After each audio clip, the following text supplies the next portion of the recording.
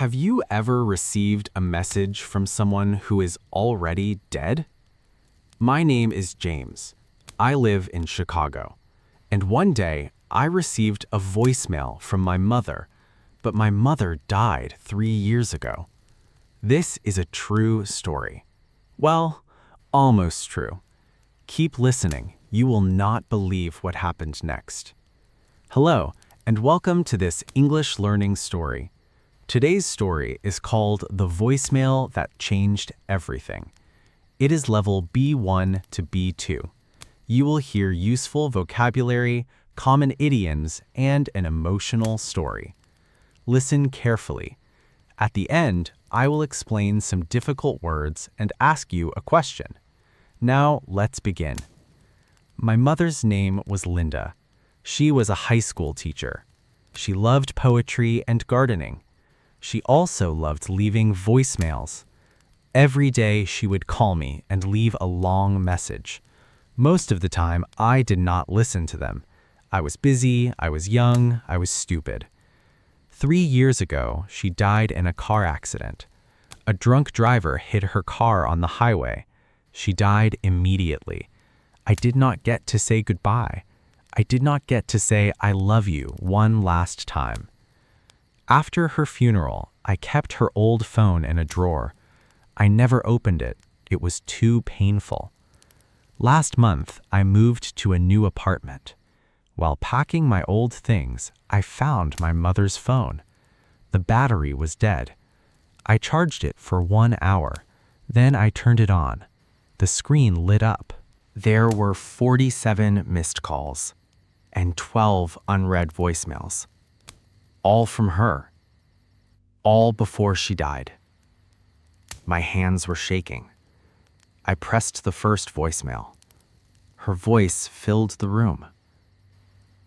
"Hi, sweetheart. It's Mom. I just wanted to hear your voice.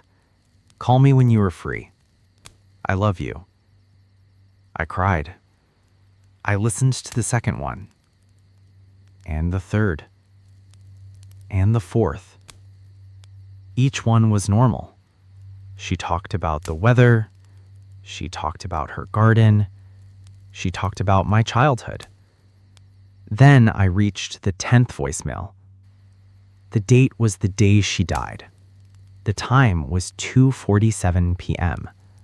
Her accident happened at 3:15 p.m. This voicemail was recorded only 28 minutes before she died. I pressed play. Her voice sounded different. She was not smiling.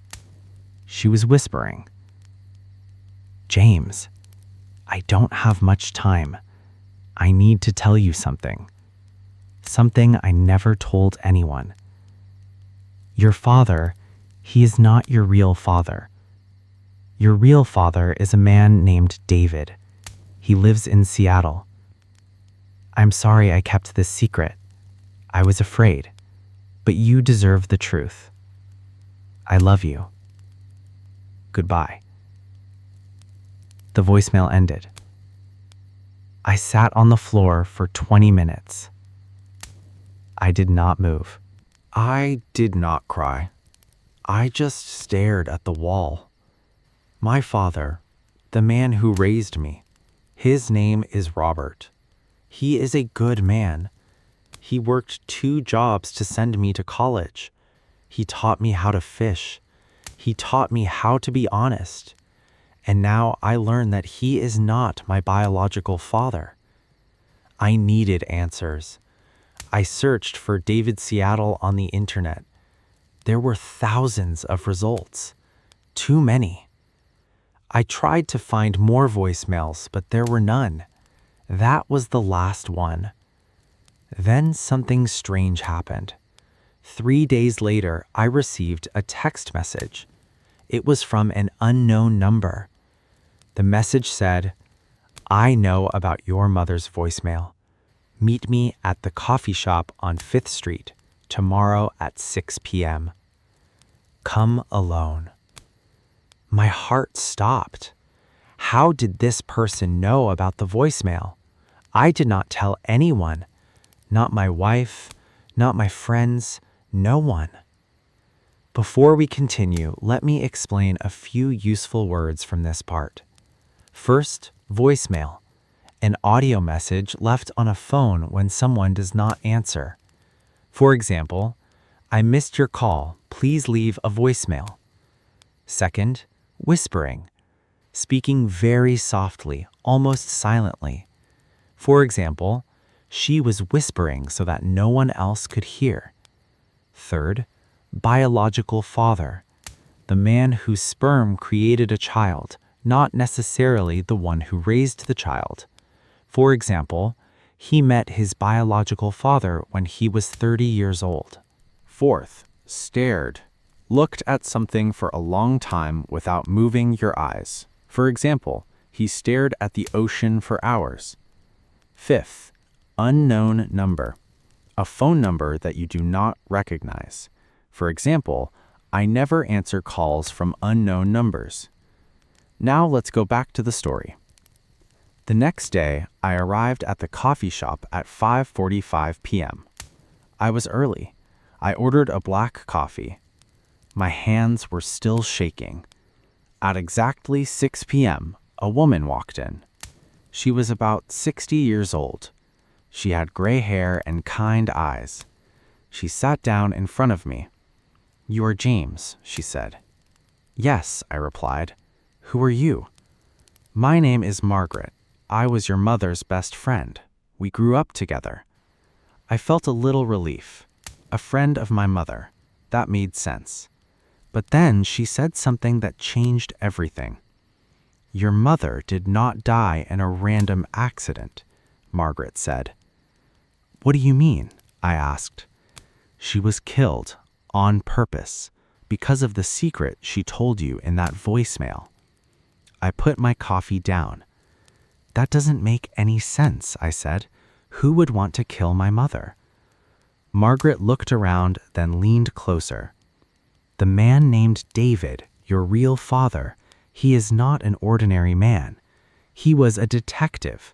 25 years ago, he investigated a powerful criminal organization in Seattle.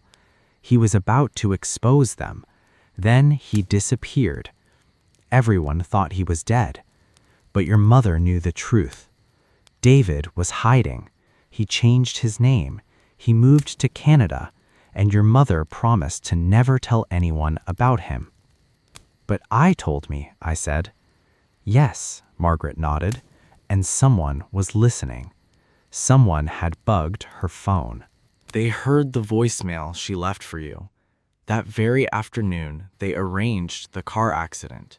It was not an accident. It was murder." I felt sick. "Why are you telling me this now?" I asked. "Because David is dying," Margaret said. "He has cancer. He has maybe 2 months left. He wants to meet you before he dies. He is living in Vancouver. I can take you to him tomorrow." I did not know what to do. My whole life felt like a lie. But I needed to see this man. I needed to look into his eyes. I needed to know if he was sorry. The next morning, I drove to Vancouver with Margaret. 6 hours on the road. We barely spoke.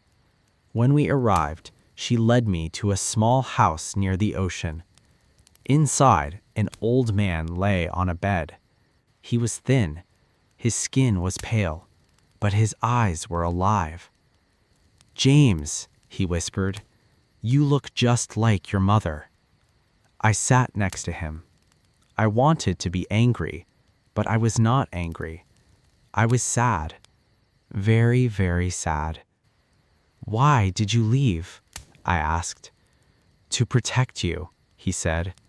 "The people I was hunting, they would have killed you, your mother, your brother, if I stayed. So I ran.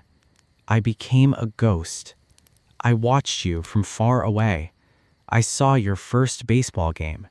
I saw you graduate from high school, but I could never hold your hand." He started crying. I started crying too. We talked for 3 hours.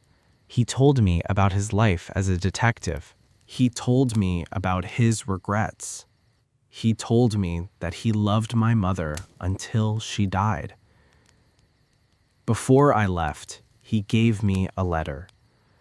"Read this when I am gone," he said. "You have time," I replied. "You have 2 months." He smiled weakly. "I don't have 2 months. I have 2 days.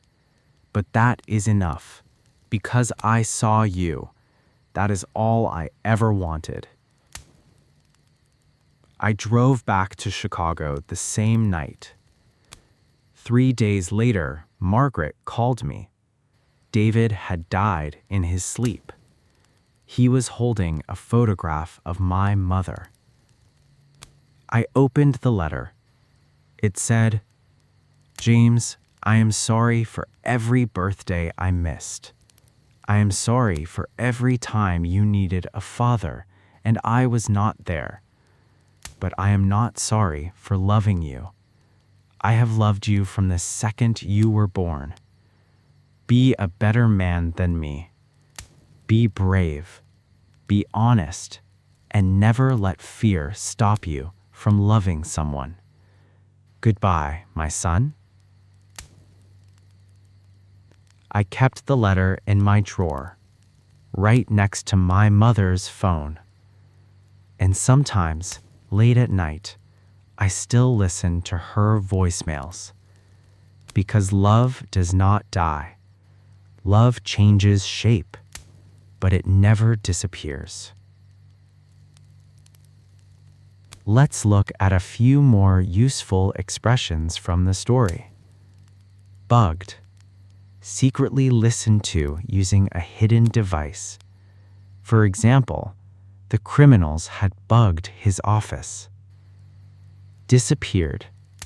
Went away where no one could find.